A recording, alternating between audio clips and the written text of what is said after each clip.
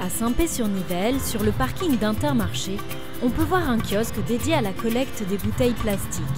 Une machine qui délivre un bon d'achat dans le supermarché en échange des bouteilles.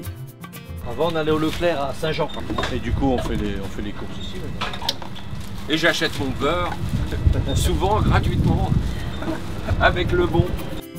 Ce kiosque est le premier en France. Il a été installé en décembre 2013.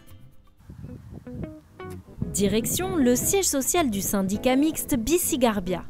C'est eux qui collectent les bouteilles et les flacons déposés dans le kiosque de Saint-Pé-sur-Nivelle. C'est la première fois qu'on nous proposait un tel concept. On était très intéressés d'observer ce qui allait se passer. Un an après la mise en place du kiosque, les chiffres sont là. Alors, les résultats que nous avons observés sur l'année 2014 nous ont amené à observer premièrement qu'il n'y a pas eu d'effets collatéraux négatifs et quant au tonnage collecté, aux résultats proprement dit, ce dispositif a permis de collecter 20 tonnes de bouteilles et flacons plastiques.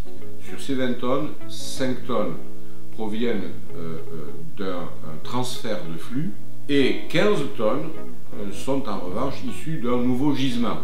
Ce qui correspond à une augmentation de la collecte des emballages plastiques de 8,5%. Et ce n'est pas tout. Réco Kiosque apporte un autre avantage. Lorsque tout cela passe en centre de tri, eh bien on s'aperçoit que le taux de refus de ce qui est collecté dans un kiosque Réco est proche du zéro. Au total, le kiosque de Saint-Pé-sur-Nivelle a récolté 660 000 bouteilles. Un succès certain que M. Soulet souhaite mettre en avant.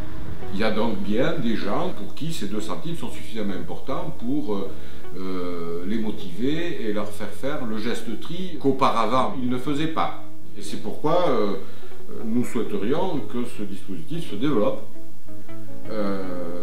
Les chiffres que j'ai donnés correspondent à un point de collecte, un Réco Kiosque. On peut imaginer ce que ça pourrait donner avec des supermarchés qui sont beaucoup plus étendus que celui-là. Développer le concept au reste de la France, c'est l'objectif de Réco. À Servian, dans l'Hérault, M. Lefebvre, directeur du Super U, a lui aussi fait le pas. Sa machine vient d'être installée. C'est la première fois que vous le faites ? Oui. Une bouteille, on l'introduit. Ce qui a été véritablement déterminant, c'est le concept en lui-même, la façon dont c'est entretenu. C'est le prestataire qui fait son affaire personnelle de la gestion de l'ensemble de la récolte des bouteilles. Nous lui accordons finalement, nous, 2 places de parking, que vous voyez au sol. C'est notre seule contrainte, avec un branchement électrique. C'est pas grand-chose en termes de consommation, puisque bien que ce soit du courant faible, c'est uniquement de l'informatique que nous alimentons, il n'y a pas de consommation. Nous, notre prestation, c'est de communiquer et faire venir nos clients pour rapporter leurs bouteilles.